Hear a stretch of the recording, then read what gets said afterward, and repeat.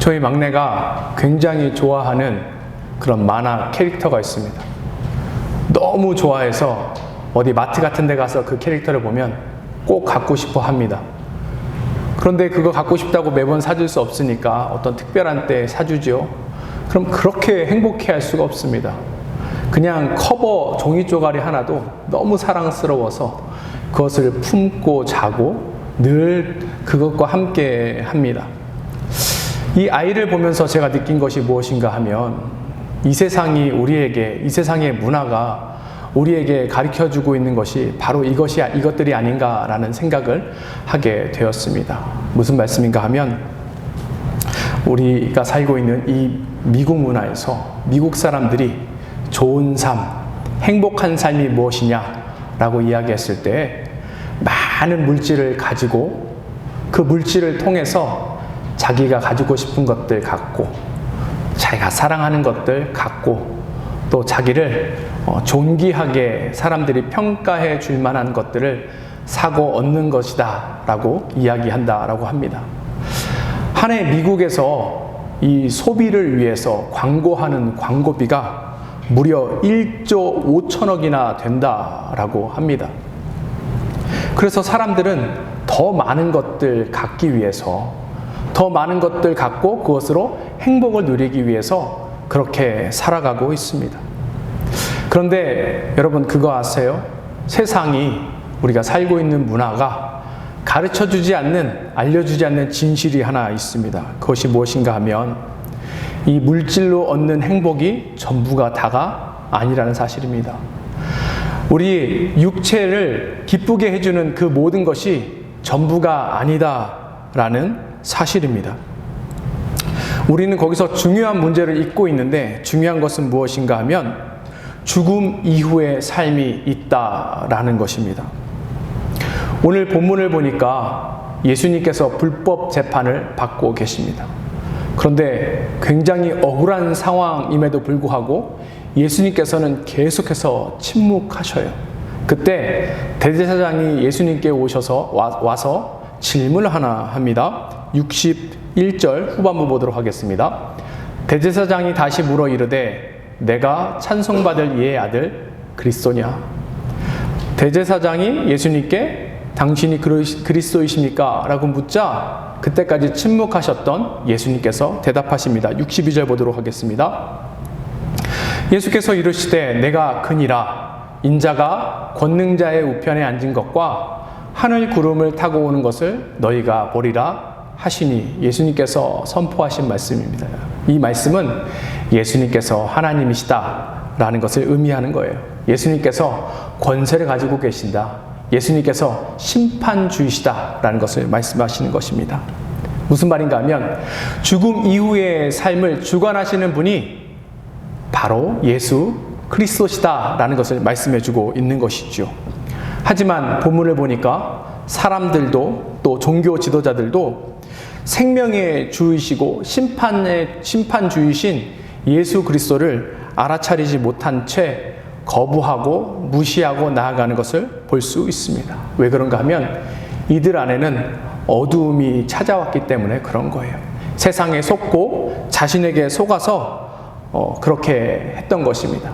그렇다면 이 시간 세상이 알려주지 않는 진실이 무엇인지 본문을 통해서 함께 살펴보기를 원합니다.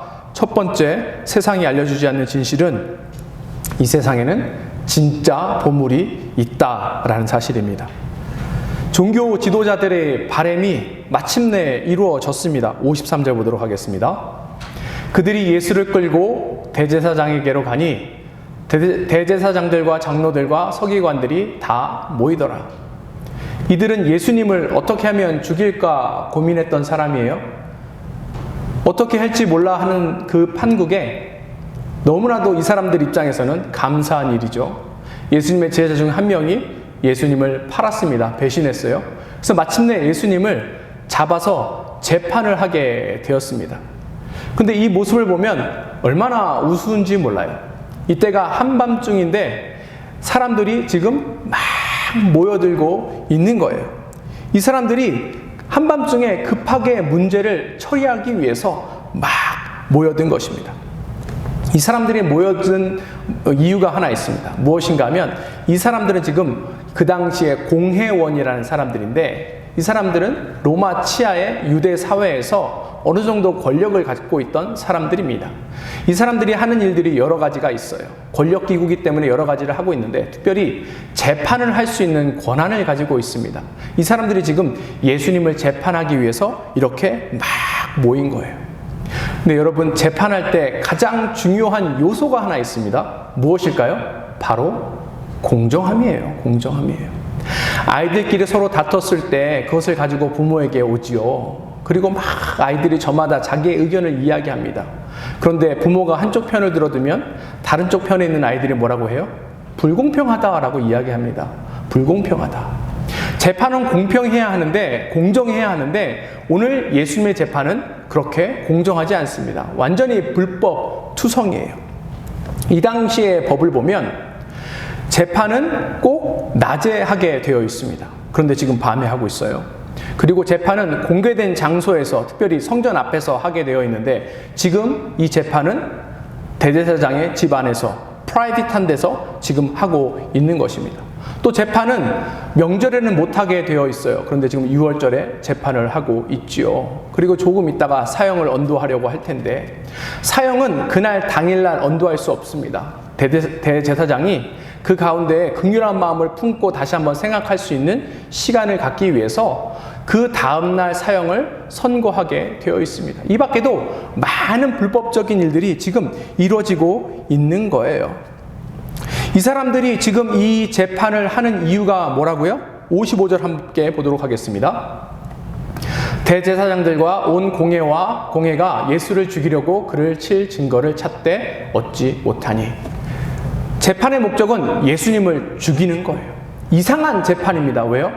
재판을 통해서 CCBB를 가리는 것이 아니라 이미 죄를 결정하고 판결을 결정하고 사람들이 모여서 재판을 시작했다라는 것입니다. 근데 이상한 부분이 있어요. 왜냐하면 지금 이 대제사장들 그리고 바리새인들, 서기관들은 어떤 사람들입니까? 예수님을, 아니 메시아를 기다렸던 사람들 아니에요. 그리스도를 기다렸던 사람들입니다. 그러면 누구보다 그리스도가 이 땅에 오셨을 때에 반기고 환영해야 되는데 왜 그토록 이 사람들은 예수님을 죽이려 할까요? 마치 이 사람들의 모습을 보면 예수님을 자신의 인생에서 지우려고 혈안이 되어 있는 사람 같아 보입니다. 왜 이들은 자신의 인생에서 예수님을 지워버리려고 할까요? 이유는 간단하지요. 자신의 삶에 예수님이 하나도 도움되지 않기 때문에 그런 거예요. 자신의 삶을 사는 데 있어서 오히려 예수님이 걸림돌이다라고 생각하기 때문에 그렇습니다. 그들이 원하는 행복, 기쁨 이런 것들을 예수님이 주시지 않을 뿐만 아니라 오히려 그들의 삶을 더 괴롭고 고통스럽게 만든다라고 생각했기 때문에 이들은 자신들이 가지고 있는 모든 권세를 통해서 예수님을 처형하고 예수님을 그들의 인생에서 지워버리려고 지금 하고 있는 것입니다. 왜 그랬는가? 사실 예수님께서 이 사람들에게도 찾아오셨죠. 그리고 이 사람들에게 도전하십니다. 예수님을 따르는 삶, 하나님을 온전히 따르는 삶이 어떤 삶인지에 대해서 도전하십니다. 그런데 그것이 사실은 이 사람들에게 걸림돌이 된 거예요. 이 사람들 안에는 이 사람들이 가지고 있던 자신의 보물이 있었습니다. 이 보물은 이 사람들 마음속에 있는 욕망으로부터 시작된 보물이에요. 재물을 갖길 원했어요. 명예를 갖길 원했어요. 권력을 갖기 원한 것입니다. 이런 것들을 갖고 살기를 원하고 이것이 있을 때 진정한 행복, 기쁨을 누릴 수 있을 것이다 라고 이들이 생각했는데 예수님께서 오셔서 하시는 말씀은 그게 아니다 라고 계속해서 이야기하기 때문에 그렇습니다. 이들의 욕심을 계속해서 들춰내시고 그런 삶이 올바른 삶이 아니다, 그것이 진짜 보물이 아니다 라고 예수님께서 계속해서 이야기하셨기 때문에 이들은 예수님이 필요 없다 라고 생각한 것이에요. 이들이 부딪힌 말씀이 많이 있는데 그 중에 하나가 무엇인가 하면 부자는 하늘나라에 갈 수 없다라는 것입니다. 이것은 이들의 생각과 이들의 꿈과 이들의 바람과 정면으로 어떻게 해요? 대치되는 것이죠. 심지어 예수님의 제자 중 하나인 베드로도 이 이야기를 듣고 예수님 앞에 화를 냅니다. 그러면 누가 도대체 천국에 갑니까? 라고 화를 내요. 부자는 진짜 천국에 가지 못할까요? 이 말씀을 우리가 들었을 때 우리도 이 말이 걸림돌이 될까요? 성경을 보면 부자들도 천국에 갑니다. 아브라함 부자였어요. 그리고 요셉도 부자였습니다. 욥은 어때요? 욥은 당대 가장 큰 부를 거머쥐었던 사람이죠. 다윗은 어떻습니까? 솔로몬은 어때요? 아리마대 사람 요셉도 부자였고 또 니고데모도 부자였지만 이 모든 사람들은 다 하늘나라에 갔습니다. 무엇이 중요한가 하면 이 욕심을 가지고 이 땅의 보물을 가지고 살아가려는 사람과 방금 제가 말씀드린 이 아브라함, 요셉, 욥, 다윗과 같은 이 사람과 결정적인 차이점이 무엇인가 하면 이들은 각자 가지고 있던 보물이 달랐던 거예요. 오늘 예수님을 불법적으로 죽이려고 한 종교 지도자들이 가지고 있는 그 보물은 이 땅에서 누릴 수 있는 그런 즐거움들, 기쁨들입니다. 재물, 명예, 권력 이런 것들인데 한번 생각해 보세요. 이런 것들이 진정한 우리에게 행복을 가져다 줄까요? 진짜 가져다 줘요? 돈 많으면 행복합니까? 명예를 얻으면 행복합니까? 아니에요. 오히려 이러한 것들이 우리에게 불행을 가져다 주는 경우가 훨씬 더 많습니다. 우리가 종종 사회면을 통해서 보는 재벌 총수의 자녀들이 이 재물 때문에 누가 유산을 많이 가질까를 가지고 다투는 장면을 많이 봅니다. 이것이 행복을 가져다 주는 것이 아니라는 사실이에요. 우리가 이 땅에서 얻으려는 이 보물, 이것이 우리로 하여금 노예가 되게 만드는 것입니다. 우리로 하여금 허무한 인생을 살게 만드는 거예요. 이 땅에서 누리는 이러한 것들이 우리에게 진정한 우리 영혼의 갈급함을 채워줍니까? 아니에요. 그렇다면 진짜 보물이 무엇이죠? 62절 함께 보도록 하겠습니다. 예수께서 이르시되 내가 그니라 인자가 권능자의 우편에 앉은 것과 하늘 구름을 타고 오는 것을 너희가 보리라 하시니.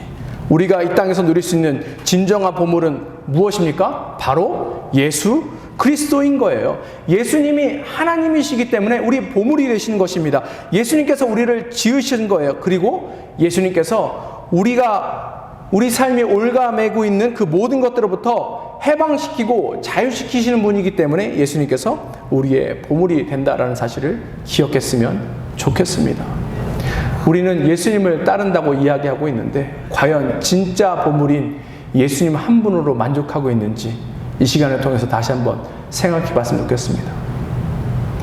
만약에 예수 그리스도가 진정한 우리의 삶의 보물이라면 우리는 항상 기뻐하고 감사할 수밖에 없을 것이에요.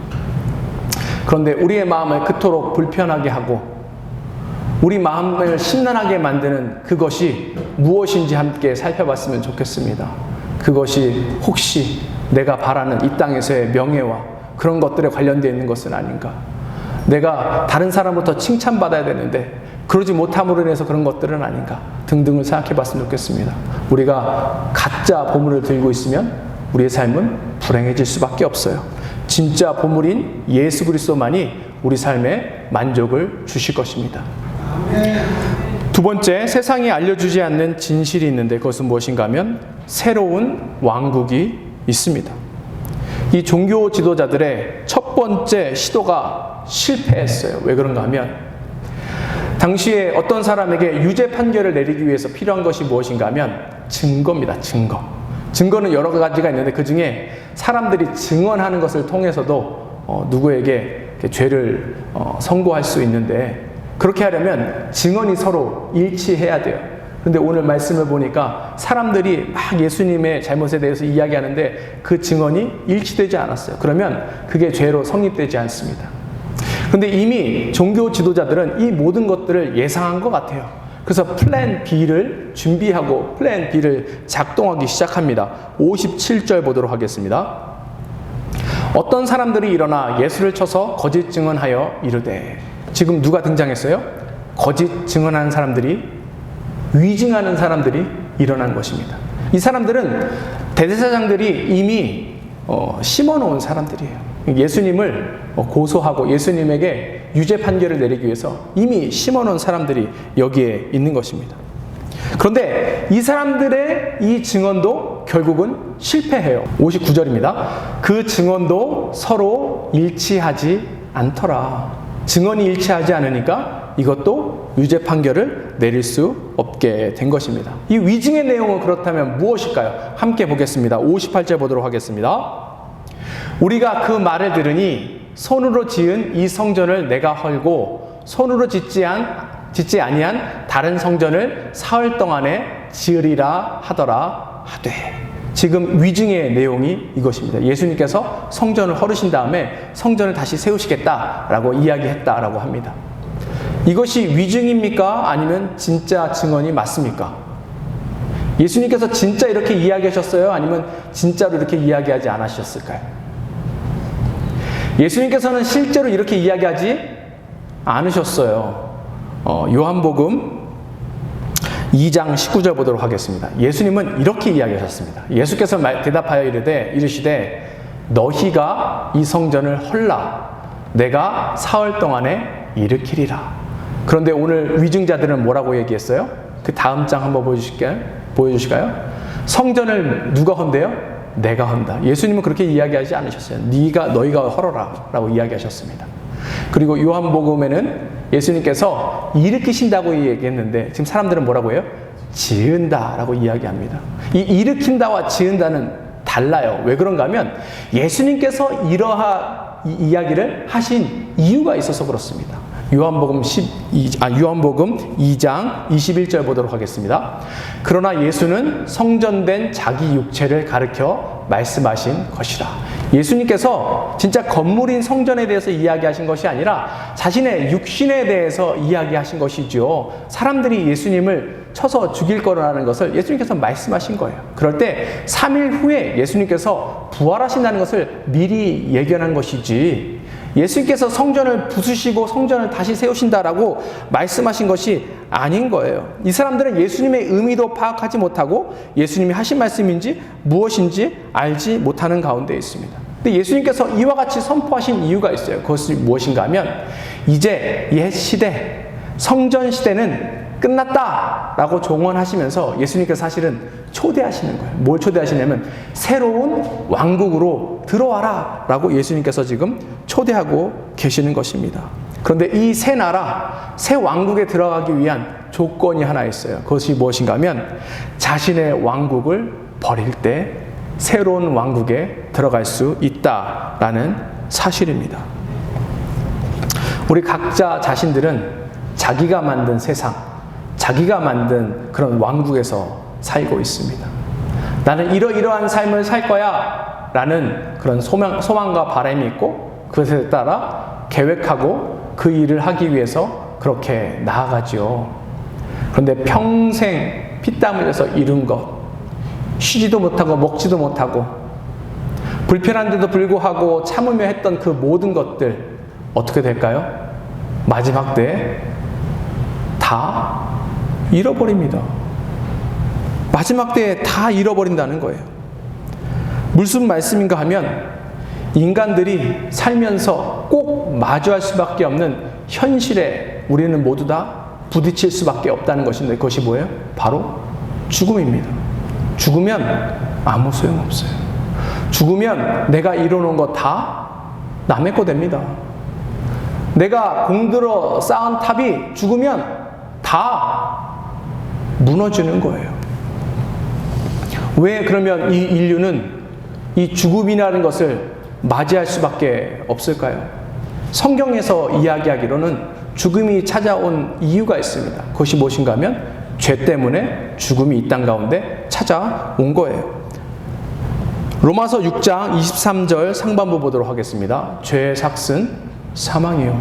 죄 때문에 우리 모든 인류는 죽을 수밖에 없는 것입니다. 이 말은 우리 모두가 다 죄인이라는 의미이고 우리는 그래서 죽음이라는 이 운명을 맞이할 수밖에 없다라는 사실입니다.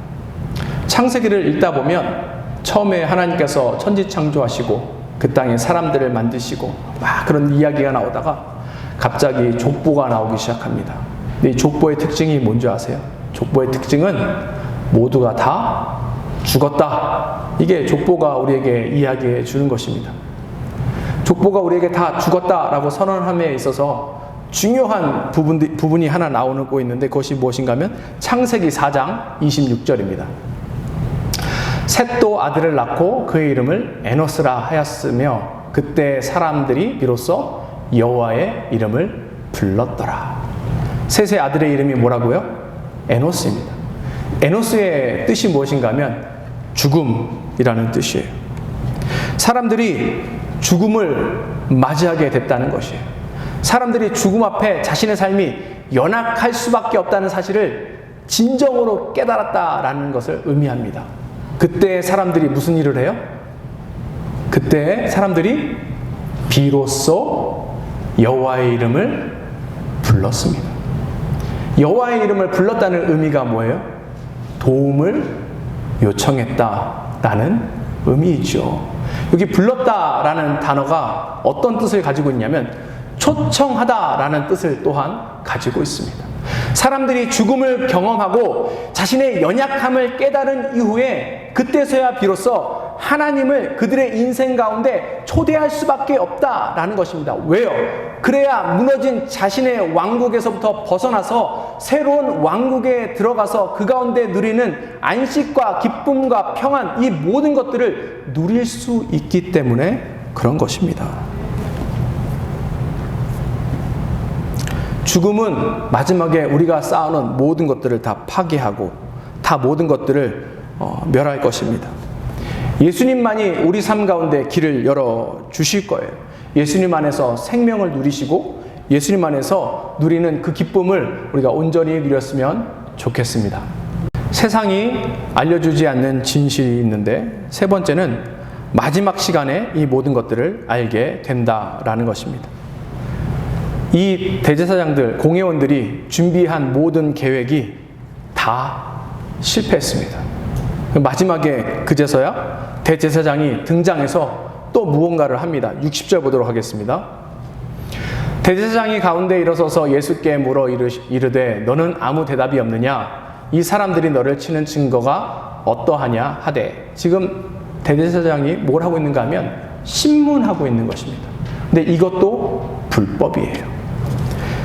이 당시에 공회원은 71명이었는데 그 아까 말씀드린 대제사장, 그 다음에 서기관, 그리고 바리새인들 이렇게 70명이 구성되어 있고 그 해에 대제사장이 또 한 명 추가돼서 71명이 됩니다. 그런데 법에 따르면 대제사장은 신문을 할 수 없습니다. 왜요? 이 사람은 재판하는 사람이에요. 이 사람은 판결하는 사람입니다. 그리고 이 사람은 변호해야 하는 사람이기 때문에 누구를 신문할 수 없게 되어 있어요. 그런데 지금 이 사람이 예수님께 신문하고 있는 것입니다.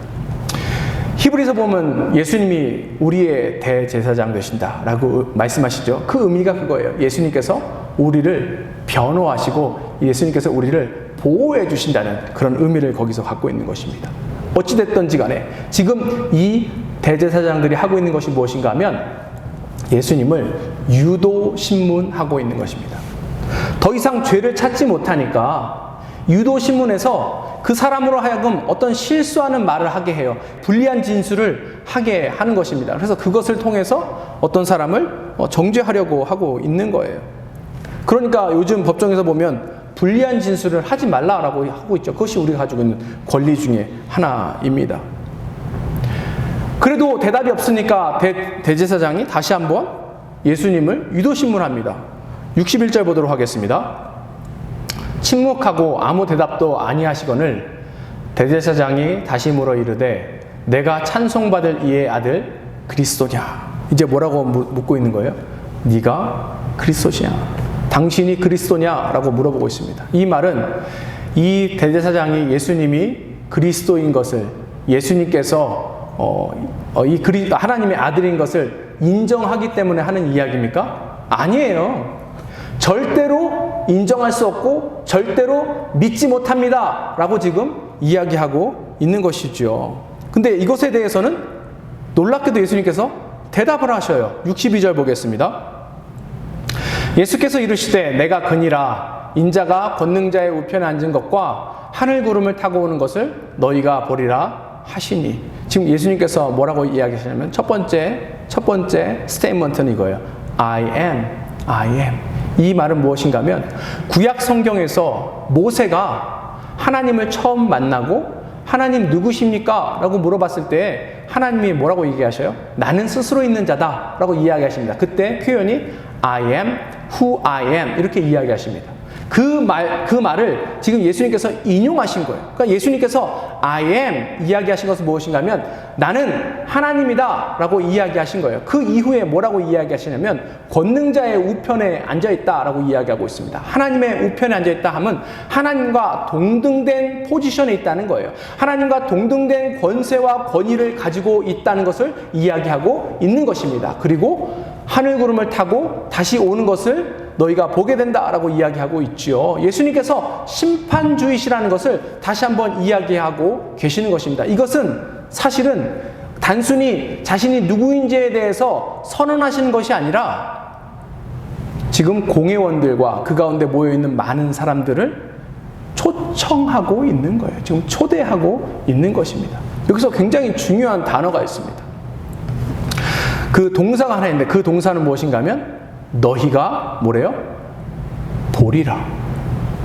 너희가 보리라예요. 나는 무엇이다 라고 이야기하는 것이 아니라 너희가 결국에 마침내 보게 될 것이다 라고 이야기하는 것입니다. 지금은 부인하고 부정할 수 있어요.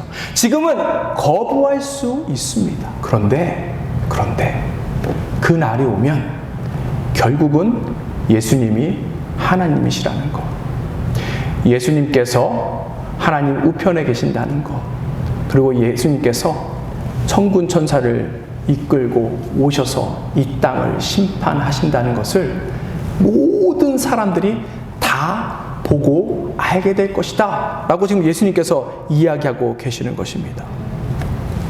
그런데 이때가 되면 늦는다는 거예요. 모두 다 아는 그때가 되면 그때는 늦습니다.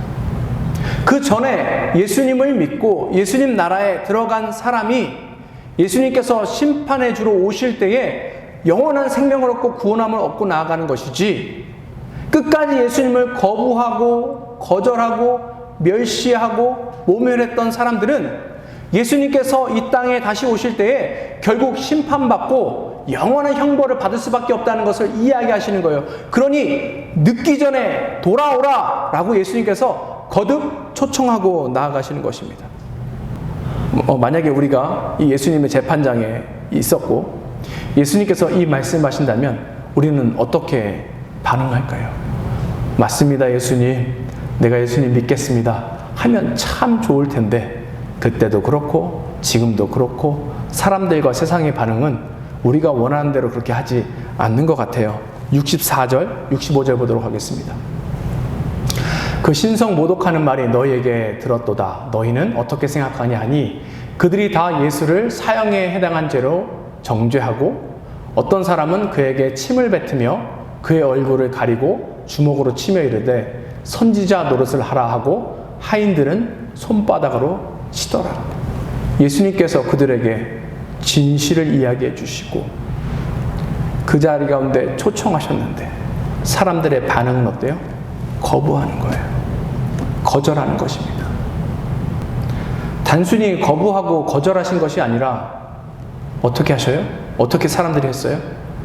예수님을 멸시하고 예수님을 조롱하고 예수님을 실제로 주먹으로 치고 그러한 일들을 했던 것입니다. 이들은 예수님께서 주시는 그 기회를 다 잃어버린 거예요. 그 기회를 다 놓친 것입니다. 지금 세상 문화도 그렇죠. 예수님을 계속해서 거부하고 예수님을 계속해서 모욕합니다.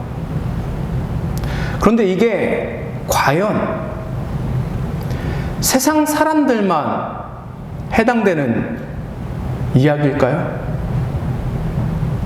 오늘 본문에 제가 아직 말씀드리지 않은 숨겨진 인물이 하나 있습니다.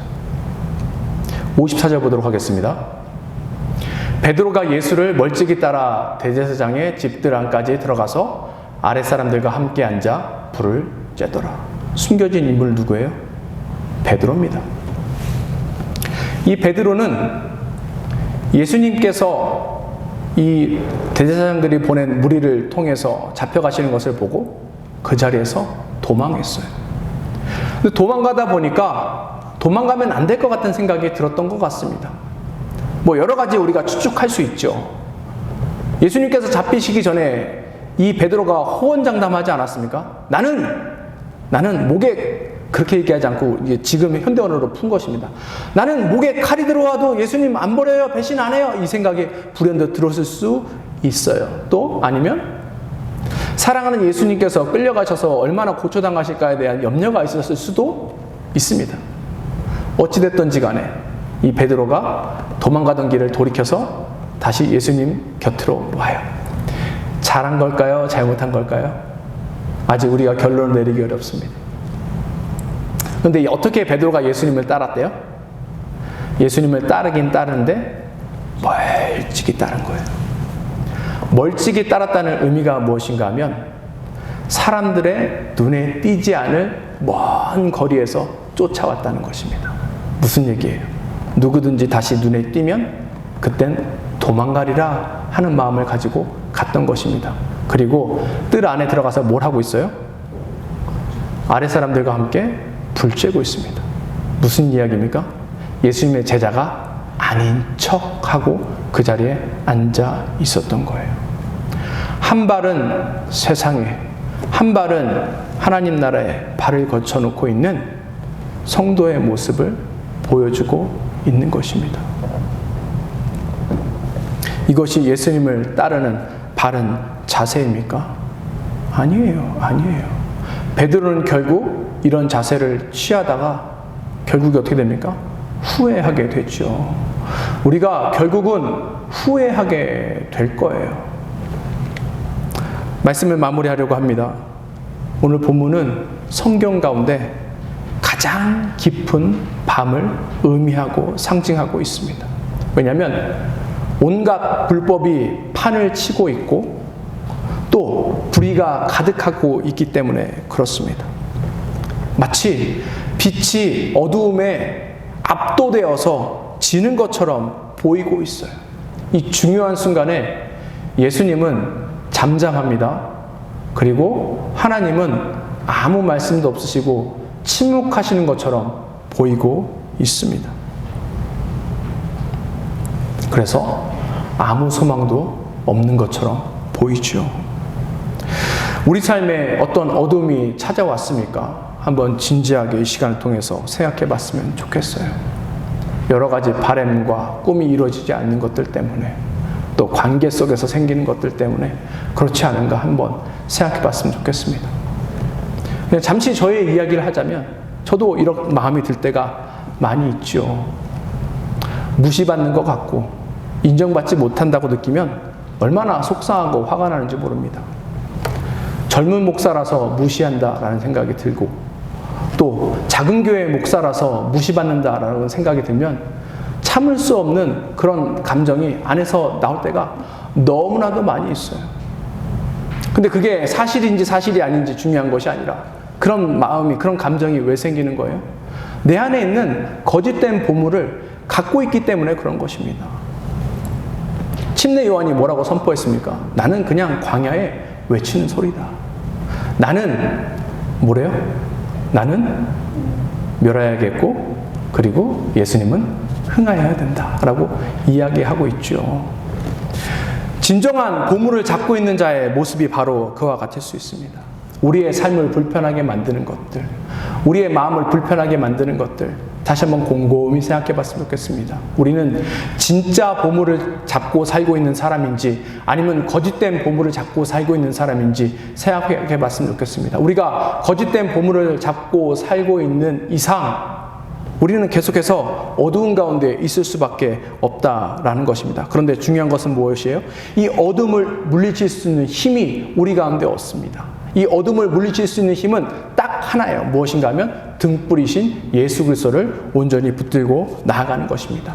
오늘 예수님께서 내가 바로 그다 라고 이야기하셨어요. 곧 예수님께서 오시면 새벽이 임하게 되는 것이에요. 그러면 빛이 오면 어두움은 당연히 물러나게 됩니다. 그때 우리가 진짜를 볼 수 있는 거예요. 구름을 타시고 영광 중에 오시는 예수 그리스도, 영광의 그 주님을 우리가 볼 수 있는 것입니다. 그것을 기억하시고 예수님을 붙잡고 나아가 승리하시는 여러분들 됐으면 좋겠습니다. 함께 기도하겠습니다.